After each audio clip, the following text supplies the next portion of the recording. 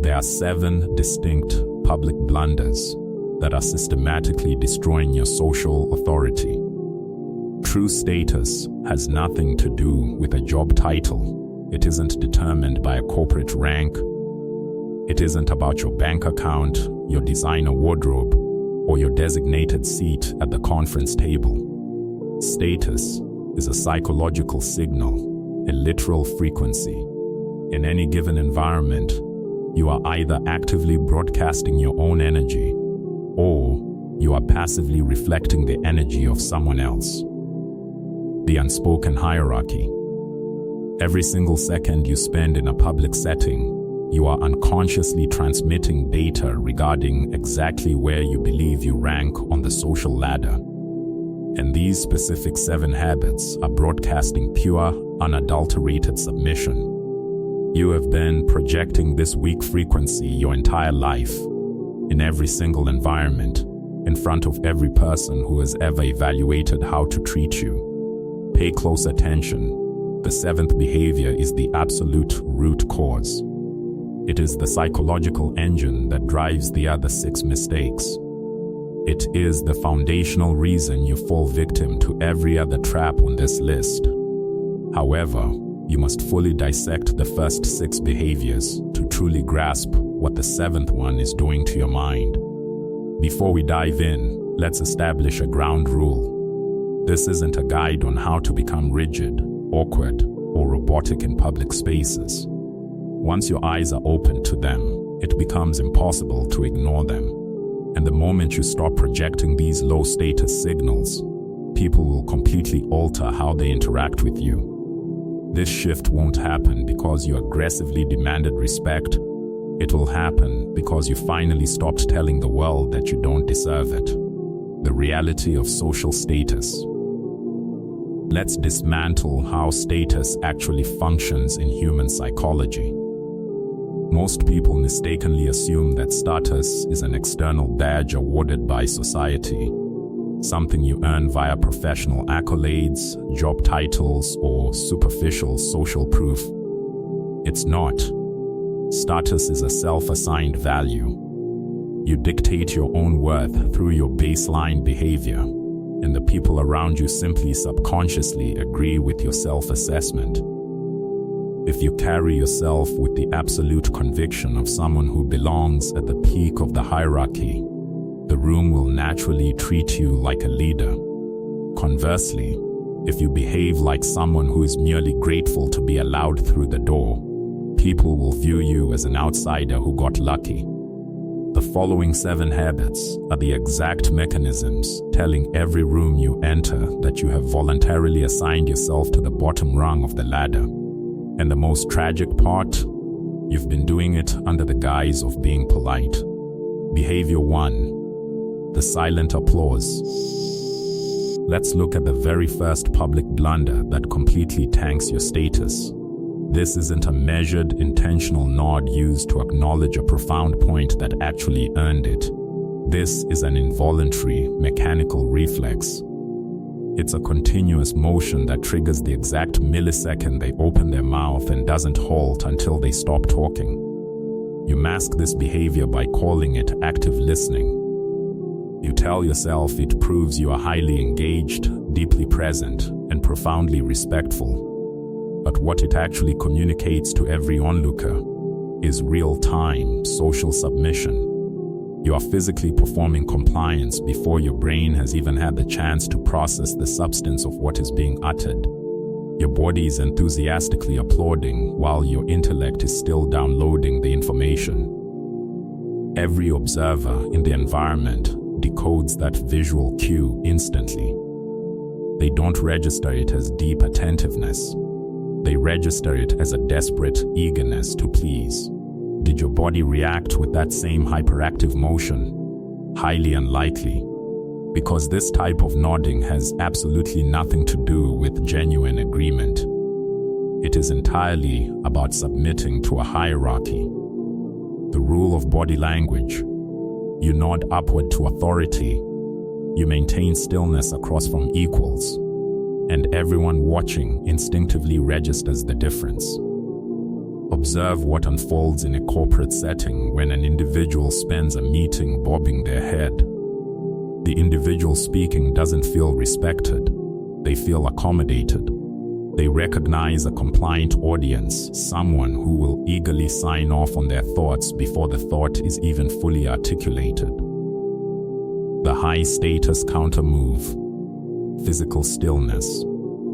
Now, visualize a different individual in that exact same meeting room. They are sitting directly across from the identical speaker, listening to the identical words, in the identical environment, but their head remains completely still. Their posture is grounded and settled. Their eyes are fully dialed in, yet their physiology is completely free of performative antics. Machiavelli noted in his writings that an intelligent ruler pays close attention to advice, but firmly reserves his judgment until he has evaluated the facts independently. He understood that automatic compliance carries zero worth. Agreement that must be actively earned is the definition of true authority. The individual who nods at everything signals to the room that their validation is worthless. The individual who remains still signals that their validation is a prize worth waiting for. Behavior 2. The anxiety broadcast. Filling every sign. The second behavior isn't driven by your body language. It is executed entirely through your vocal cords. And it is so profoundly hardwired into your psychology that you don't even recognize it as an active decision. What is it?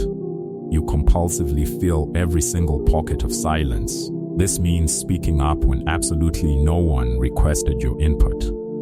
It means appending weak phrases like, "If that makes any sense," or "I don't know," to the tail end of an otherwise flawless, articulate statement. What does this desperate verbal chatter broadcast to the room? It tells everyone, "I am deeply uncomfortable holding space. I cannot tolerate stillness." You are shouting that you require background noise just to feel secure. And every superfluous word you hurl into a silence that didn't ask for it severely dilutes the gravity of the words that actually mattered. The anatomy of a verbal retreat. Think back to a moment when you spoke up, and the room didn't offer an instantaneous response. What was your immediate reaction? Did you sit calmly in the quiet? Or did you frantically start rambling again? Did you rush to rephrase what you had just perfectly communicated? Did you tack on a defensive disclaimer like, "But hey, I could easily be wrong about this"? Did you chuckle nervously to dissolve a tension that existed entirely inside your own head? Every extra word you tacked onto your original statement systematically dismantled its authority. You took a message that was sharp, clean, and complete, and buried it under a mountain of unsolicited justifications. Watch this dynamic play out in real time during a corporate huddle. Someone articulates a brilliant, valid point, but then they refuse to stop talking. The high-status counter-move, owning the silence. Now, look at the individual who delivers the exact same point in the exact same room, and then stops dead. Machiavelli observed that a person of true wisdom speaks rarely, but when they do choose to open their mouth, their words carry the immense gravity of solid stone. Rarity breeds gravity. The individual who speaks the least is consistently listened to the most. This isn't because their vocabulary is inherently superior. It is because the deliberate silence flanking their words makes every syllable feel meticulously chosen. Behavior 3. The approval performance. The third behavior is a trap you likely view as a major social asset. You convince yourself that it highlights your warmth and makes people feel comfortable around you. It doesn't. In reality, it signals that you are a desperate performer working for the room rather than an authentic individual simply existing within it. You laugh when absolutely nothing is funny. This is the definition of nervous, performative laughter. It's chuckling way too intensely at a thoroughly mediocre joke cracked by someone simply because they hold a higher job title than you. But psychological tension is not your enemy. And the moment you laugh at something that didn't genuinely earn your amusement, you aren't charming the room. You are performing unpaid labor for it. That isn't authentic charisma, that is emotional anxiety. And every single person present can instantly feel the difference between an organic laugh and one that is performing a cheap social function, diluting your real reactions. Think about the last time you forced a chuckle at an awful comment made by an executive. Or the last time you appended a mini laugh after sharing a serious perspective because you feared how it would land if delivered raw. And when they finally have a genuine, real, emotional reaction to something, it goes entirely unnoticed because they have already spent their emotional currency on garbage. The high-status countermove, emotional neutrality. Now, imagine the individual who refuses to chuckle at a mediocre joke. They aren't sitting there scowling or intentionally fabricating awkwardness. They are simply neutral. They offer a slight, calm nod, a subtle facial acknowledgement that says, "I fully heard your words." But the fake, performative laugh never leaves their lips. And watch how their laughter becomes an event instead of a cheap backing track. Their standard of silence acts as a beautiful frame that gives their real laugh massive meaning. The status equation, true status, isn't just about the signals you broadcast. It is dictated by the energy you intentionally choose to withhold. Every single laugh you surrender to something that failed to earn it maps out exactly where your deep-seated need for validation lies. But the individual whose humor is rare and unforced communicates an entirely different reality. Their approval cannot be purchased on the cheap. And what cannot be bought cheaply is naturally valued at a premium. Behavior 4. The attention surrender, the phone glance. Let's look at the fourth public blunder.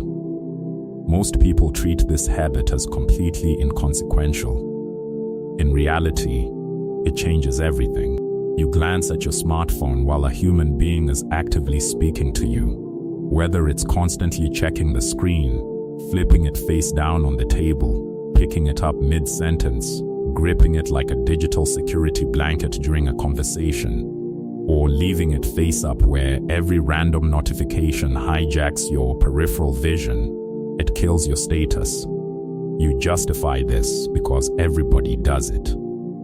But what it explicitly screams about your psychology is this: something external entirely owns your focus. Attention is the most honest currency in existence. Where your eyes land tells the room exactly what you truly value. The high-status counter-move, absolute presence. Now, look at the individual who takes their phone and completely removes it from reality. It isn't sitting face down on the table. It is put away inside a pocket or zipped inside a bag, completely gone. And when someone speaks to them, their attention is absolute. It isn't a performed act, it is real, unfiltered presence. Their eyes don't wander. Their fingers don't twitch toward their pocket. They are locked into the conversation as if there is quite literally nowhere else on earth they would rather be. The individual who locks their phone away doesn't just look higher status. They operate at a higher status because they have proven to their own mind that nothing in their pocket is more critical than the exact room they are standing in. Your attention is a declaration. Where your gaze rests reveals exactly what you serve. Behavior 5. The gratitude surrender, no for Cain, no for Mankato. The fifth behavior sounds like the absolute best, most virtuous version of you. It sounds like deep gratitude, stellar manners, and excellent upbringing. Yet, it is quietly, relentlessly whispering to every single person you interact with that you believe they are doing you a massive favor simply by existing in your presence. You thank people excessively. This isn't about normal, healthy appreciation. This is about exaggerated, hyper-extended gratitude that completely outweighs what the moment actually calls for. Thank you so much for taking the time to sit down with me when the meeting is mutually beneficial to both parties. When you spray frantic gratitude across every baseline interaction like it's a mandatory entry fee to the room, you think you look humble and well-mannered. What you actually broadcast is a clear psychological message. I firmly believe I am the less valuable entity in this transaction. You are announcing that you view their time as immensely more valuable than your own. And by over-thanking them, you have established that submissive dynamic out loud before the core conversation has even begun. The science of asymmetrical gratitude. The psychological data on this is brutal. Experts studying human status dynamics have discovered that people form instant, locked-in judgments regarding power and hierarchy within the opening seconds of an interaction. These judgments aren't built on credentials. They are built entirely on behavioral cues. The high-status counter-move, proportional appreciation. Now, imagine the individual who steps into the identical meeting room and entirely avoids the overthanking trap. Instead of opening with a desperate stream of gratitude, they offer a clean, grounded, "Great to see you," and comfortably get straight down to business. The individual who enters the room as an absolute equal is naturally treated as one. Their insights are weighed carefully, their time is fiercely respected, and their presence is highly valued. The room naturally awards authority to the person who has the confidence to assume it from the start. Behavior 6. The composure collapse, the energy shift. The sixth behavior reveals more about your internal insecurities than you could ever possibly realize. You completely alter your personal energy the exact moment someone of high importance enters the space. Suddenly snapping your spine straight, adjusting your outfit, lowering your vocal tone, instantly putting on a hyper-polished professional persona, altering your vocabulary, or abruptly shifting the topic of conversation to something that sounds immensely more intellectual. But here's the catch. Every single person who is already sitting in that room saw it happen in real time. They watched you completely switch personas. They saw the version of you that existed before the boss arrived, and the performance that materialized after. And you have accidentally exposed a massive secret. Your confidence is borrowed. It is entirely dependent on who is watching you. A sudden behavioral shift is a psychological confession.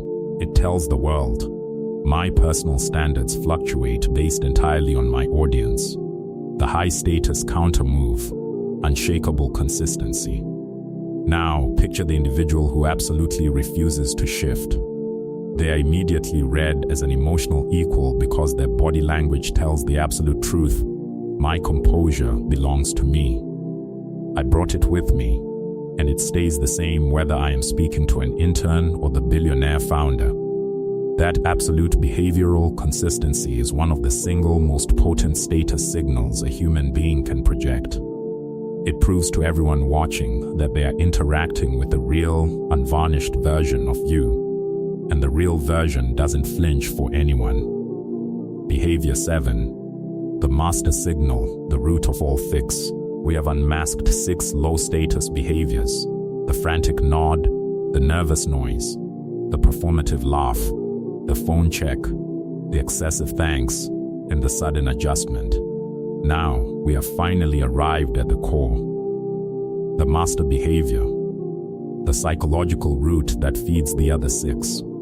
Until you isolate this root cause and see it for exactly what it is, the other 6 symptoms will continuously loop back into your life, no matter how aggressively you try to suppress them.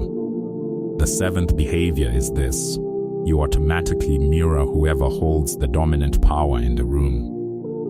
Every single one of these errors is a direct result of you tuning your personal signal to match someone else's broadcast, instead of confidently holding your own. The individuals who constantly shift their posture, accelerate their speaking pace, or alter their tone to match the boss, are immediately filed away as subordinates. This isn't because they lack talent. It is because they completely lack an independent signal, the gravitational pull of the source. Now imagine walking into any environment and consciously refusing to mirror. You confidently hold your own tempo, your own volume, and your own unique energy. You do this naturally, without any rigid or performative behavior. It is pure social gravity. The person with the most consistent, unshakable frequency naturally becomes the center of the room, and everyone else begins to orbit around them. The moment you choose to hold your own frequency, the environment around you will quietly reorganize. People will start listening with immense care when you speak. They will actually begin mirroring you without even realizing they are doing it. They will naturally adjust to your pace, your energy, and your tone. And for the very first time in your life, you will understand what it actually feels like to be the definitive source instead of a hollow reflection. That exact feeling is what true status actually is. Machiavelli noted that a true leader must remain entirely self-contained. He can observe the court, but the final rhythm must belong exclusively to him. Something fundamental has already shifted inside your psychology while you read these words. Your brain has actively started to hear the weak signals it used to send. Right now, at this exact moment, you are no longer the same person who started reading this page. You will never nod on autopilot again. You will never fear a conversational silence again. You will never let a fake laugh slip past your teeth again. The shift isn't something you have to wait for tomorrow to practice. The rewiring has already occurred. You are already completely different, and you can never go back to the old way of operating. If something just fundamentally transformed how you view your own power, let me know. Drop a comment below and write, "My signal changes today." Let's see exactly how many of you just stopped reflecting and finally started broadcasting.